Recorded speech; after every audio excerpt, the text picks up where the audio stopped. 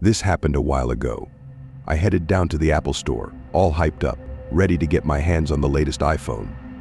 As I stepped inside the store, my excitement quickly turned into disbelief though.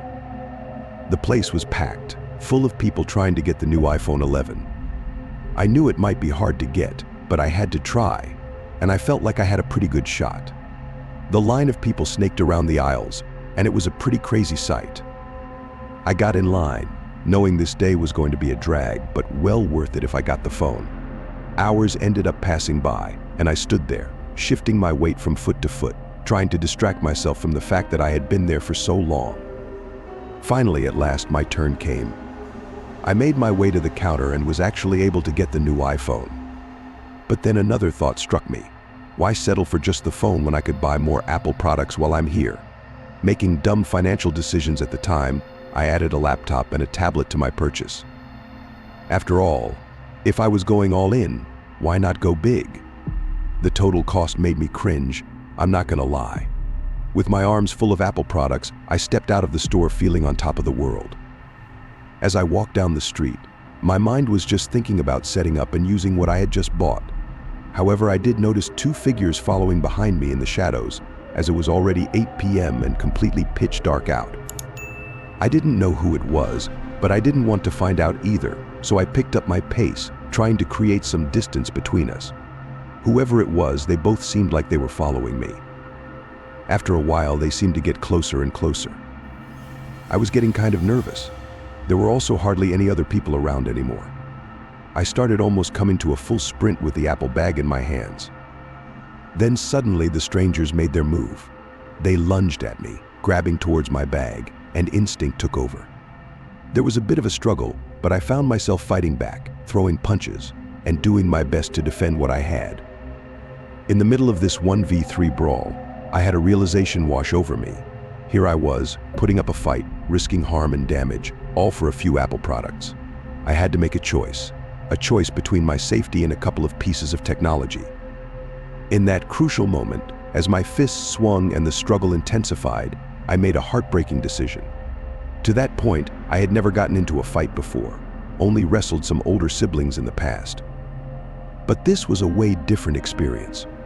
They were beating the pulp out of me, so I knew what I had to do. I let go of the Apple bag.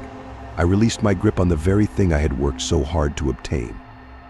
But I knew it was the right thing to do, because losing my life was way more valuable than an overpriced camera with a phone attached to it.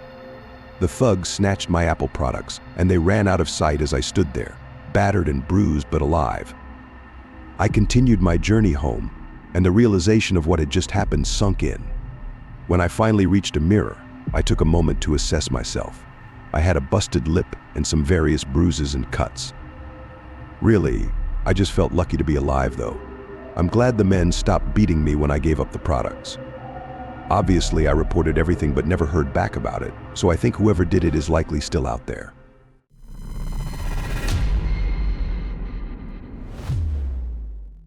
I walked into the Apple store one morning not too long ago. My phone had recently started having problems, and I figured somebody at the Apple store would know what to do. It was a weekend, so there were people everywhere. I walked inside and wanted to find somebody to help me.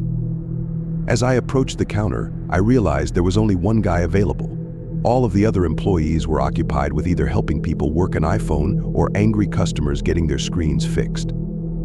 Unfortunately, this worker didn't seem to have very many social cues or good hygiene.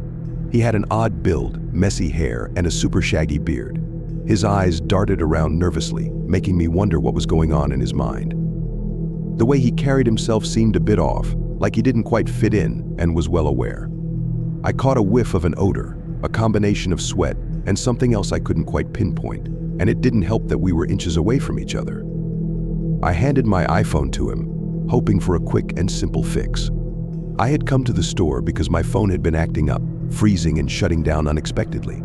It was frustrating, and I needed it to be functional for my daily tasks and communication. I assumed it was just getting old, and I was hoping maybe just the battery would need replacing. After dropping off my phone, I left the store, hoping to put the encounter behind me. It was really awkward, and like I said, something about the guy just seemed off, more than just somebody who was a little shy or awkward. But as luck would have it, The same guy was there when I went to pick up my phone. I sighed heavily as I realized I would have to deal with him again. When he handed me my phone back, I noticed his demeanor had become more weird, which I didn't think could get any worse, to be honest, but it did very fast. His gaze lingered too long as his hand reached out, waiting for me to take my phone, all while giving me a smirk. It was giving me the impression that he had invaded my privacy. And I was right. The following days turned into a living nightmare as he began harassing me through messages and calls. It was as if he had become obsessed with me, using information he must have gotten from my phone. He started texting me the same night after I got home, and I didn't know who it was at first until he told me. Over text, I asked him how he had gotten my number, but he ignored the question. It was pretty obvious, though. I mean, he had my phone in his hands. He moved on to asking if I wanted to hang out. He then started bringing up things that were personal, like other family members I had or pets that I had. Things that he got from looking through what was on my phone. He then started calling me, which I never answered. I became paranoid and was afraid this guy was going to show up at my house or something. I had lots of information on my phone. I decided to block him. The situation reached its peak when, sure enough, he showed up unannounced at my house. This was about a week after I had picked up my phone from the Apple store. I was by myself one night when I just heard the sound of somebody walking up to the front step.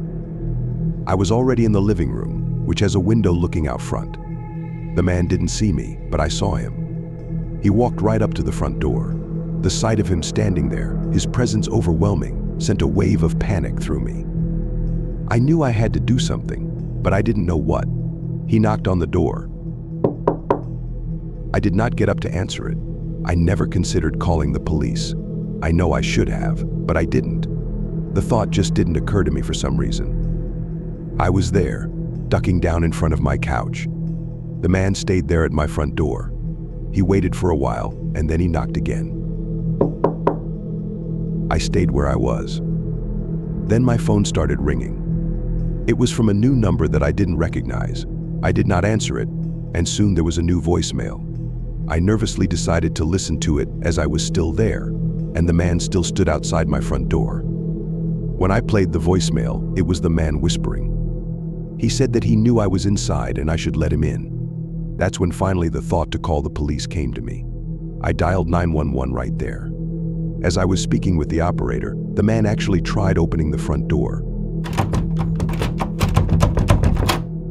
He remained at the front of the house for a while, and then he called me again. I didn't answer this time either. He then turned and walked away. After he left, about 5 minutes later, the police got there. I spoke with them and told them the whole story. Then I realized that he had left me another phone message. In the message, he told me that he would be back, and when he came back, he was coming inside the house no matter what. Luckily, that didn't happen. The police were able to find him based on his job and the information that I had given them. This ended one of the most terrifying experiences for me.